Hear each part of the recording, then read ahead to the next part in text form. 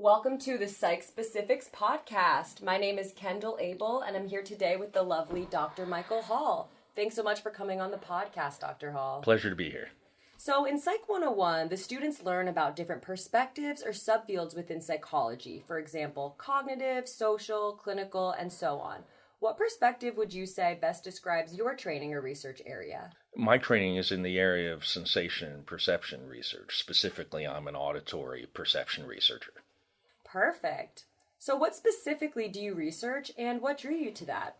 I would also love to hear an example of an interesting finding from one of your published studies. I describe typically to students and faculty alike myself as a psychoacoustician. This is a branch of psychophysics which is interested in relating something about the physical signal that you're manipulating, sound in my case, to somebody's perceptual experience of it. And I usually mention this to my method students that this is the psychology before there was psychology. Psychology as a field started with people exploring these kinds of perceptual questions, and the field actually grew out of the methods that the psychophysicist had constructed.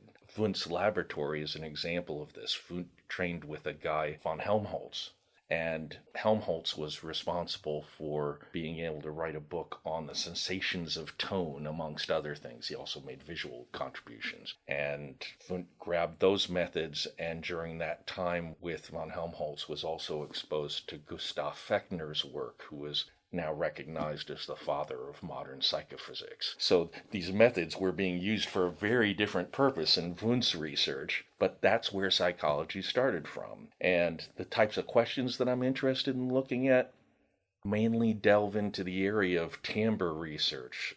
It's spelled Timbre, so some people say timbre, some people, if you're in the highfalutin circles, they say timbre, tomato, it's all the same to me. But this kind of research focuses on the nature of sound quality. How do we recognize particular sound sources? So we deal with musical sounds in the laboratory a lot. A lot of psychophysicists are frustrated musicians when they deal with sound stuff. And speech research also, looking at speech categorization issues, and then even work with some environmental sounds. So how do we distinguish these types of categories that we have an easy time responding to? What do we use to do the job, basically? A recent kind of research example that I can end up suggesting, which is a different kind of psychoacoustic thing that we were doing, was a collaborative project with some other researchers where we were looking at whether you could get a perceptual impact from normal listening conditions from your own skull. So normally you would think of the sound going through your ear, but if we're talking to each other right now, my sound wave is also pelting you upside your head before it could end up getting to your ear in some cases. So a little bit of that energy is actually traveling through your skull. It's been assumed traditionally that by the time all of that stuff attenuates as it works its way toward your inner ear, that it's basically rendered useless. But we're finding that there are huge individual differences in the type of energy and amount of energy that's coming across different frequencies through the person's skull. So there may be particular instances or particular individual listeners where this makes a more substantive contribution. Very cool, thank you. As you know, psychology is an incredibly interdisciplinary field. How do other disciplines outside of psychology integrate the findings or theories from your subfield into their own research or practice? And I'd love to hear an example of an interesting application of your research outside psychology.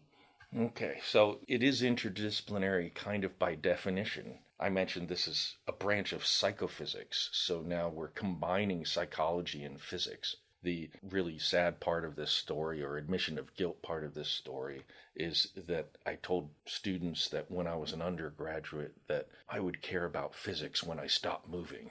And what did I do? I went to graduate school and I started learning about how physics had really good application to the type of stuff in psychology I was interested in. So the field is by definition a merging of these two other disciplines.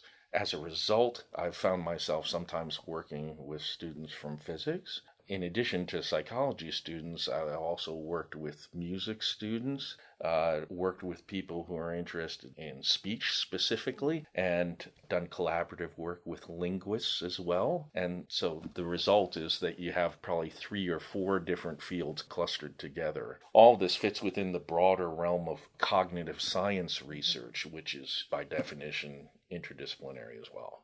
Right, that's wonderful. You get to work with all different types of fields just by nature. Now, you would ask me for an example, too. So the initial one that I gave you with the skull research, that started out as a 3-laboratory combined effort. So working with a person whose primary background was doing work with music as a focus. Also, another researcher who was connecting with linguists and people who had access to equipment to be able to end up measuring responses from the skulls. And so that research wouldn't do well without their input. I can give you one other example. I had worked with an electrical engineer on the only project that I had that was an award-winning article once it got published. It won Article of the Year in this acoustics journal. And it was because the electrical engineer that I was working with, who happened to be a pioneer in the development of understanding synthesizers, he was able to fill in a lot of my gaps for some of the physical understanding and what our manipulations were going to do and how best to accomplish them. And I was able to end up filling in a lot of his gaps about how do we behaviorally measure perceptual responses to all of this stuff. So the result was a much better thing for the contribution of both of us. And that's the way I feel about collaboration, and that's the way I feel about interdisciplinary work.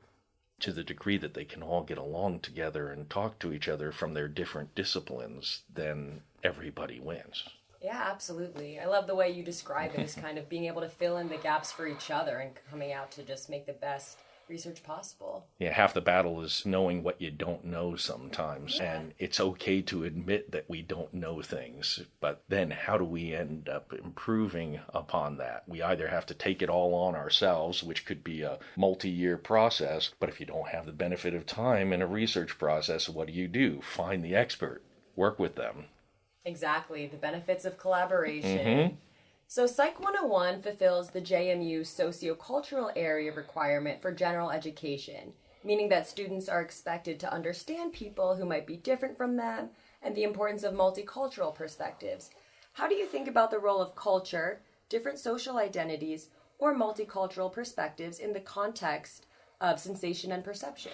Well, first of all, I think of diversity of perspective and the contribution of culture is a critical element for psychology in general.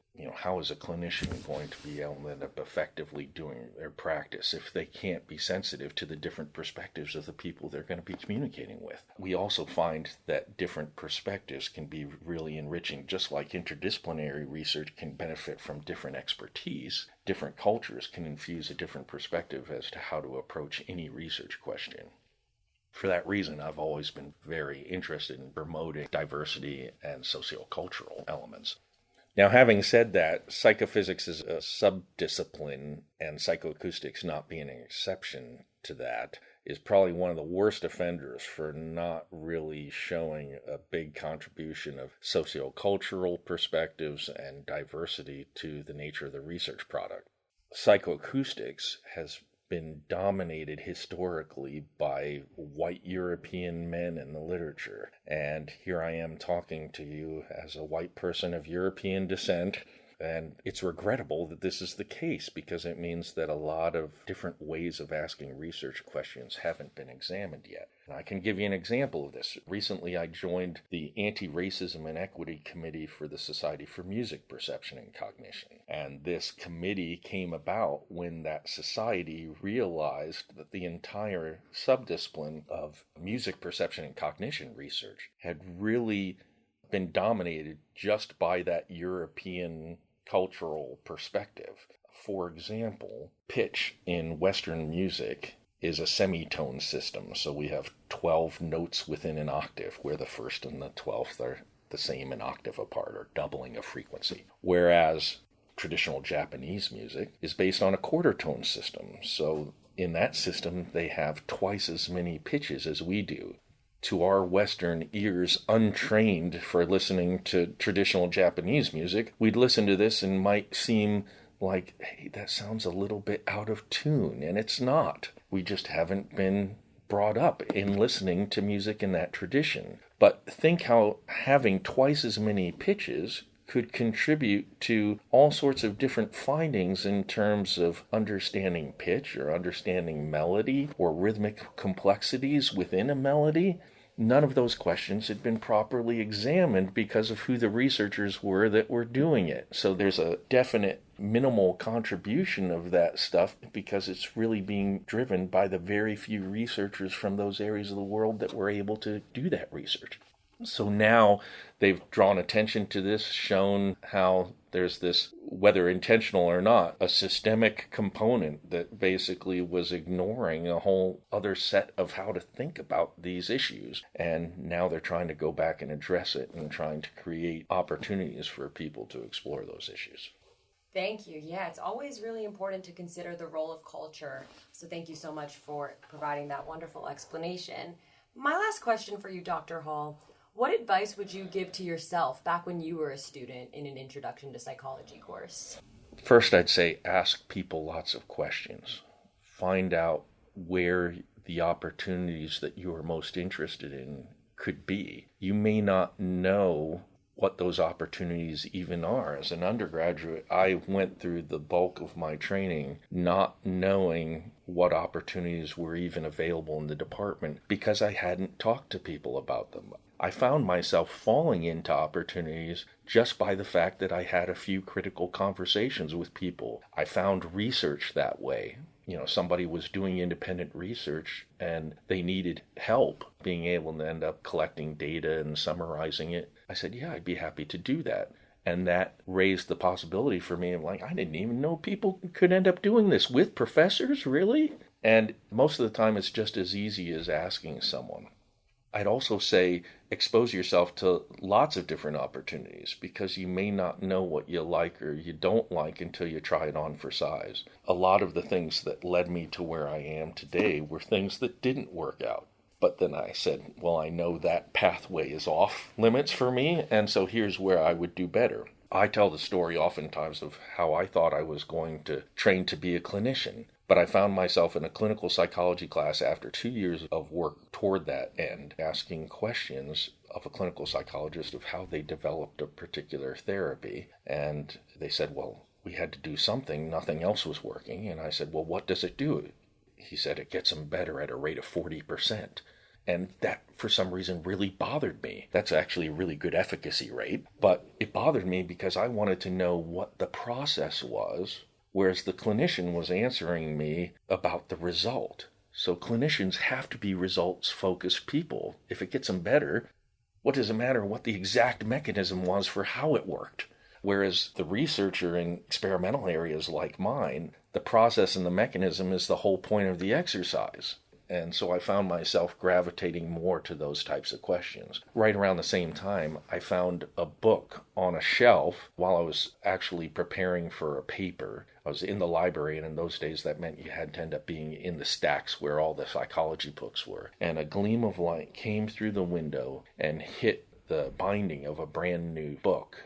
It was on an adjacent shelf, not the one I was looking at. But it momentarily blinded me. I'm not joking when I say this. So it was like a little moment where I was like, what is that that's doing that? And I went over there, and it was a book on the psychology of music. And I had debated between going into either music or psychology early on. And I recognized at that point when I started flipping through this book and realized for more than 100 years people had been doing work in this area answering questions related to psychology but using music as a tool to do it. I was like, maybe I don't have to choose between the things that I like. Maybe I can merge them together. And so that 1 or 2 minutes ended up changing the course of my life just by this accidental occurrence in the library. So I tell people to keep their eyes open, keep open to experience, because it could completely change the direction of your thinking in a moment, but you'll know when it's right. The postscript to that story, I was able to end up seeing the author of that book a few years ago. She was invited to be a distinguished speaker at a conference, and I was able to sit down at a coffee table with her and say, oh, by the way, thanks a lot for writing that book. Changed what I do. And I've talked to a lot of my colleagues from that same time period who do what I do, and they all felt similarly on that was a motivator for them. I'd also end up saying that story reveals that maybe you shouldn't turn your back on any of the interests that you have. So there's several options. You can explore any one of them alone, or you had mentioned interdisciplinary work before. You can create sometimes a niche job for yourself by putting together the interests that you have in novel ways. And that could be something where you create the demand. So I would end up saying that that's another alternative for people that students don't generally explore. They think it's all or none. I have to be in this box for a category of what I do or this other box. Sometimes you can end up making a new box. Absolutely. That's great advice for students. It's so important for them to recognize just to stay open, stay curious, and advocate for themselves. And that's such a wonderful story that you kind of had this breakthrough moment and that led you to where you are today. Thank you so much for all of your insights, Dr. Hall. So my pleasure.